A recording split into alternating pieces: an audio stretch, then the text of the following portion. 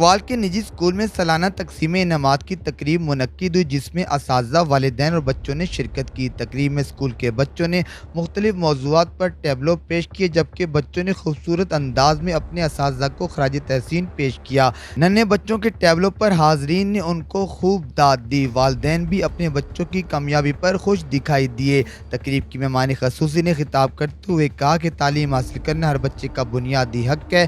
کسی بھی معاشرے اور ملک کی ترقی کے لیے تعلیم کا اہم کردار ہے، اور وہ قومیں کبھی ترقی نہیں کرتی جن کے بچے تعلیم حاصل نہیں کرتے۔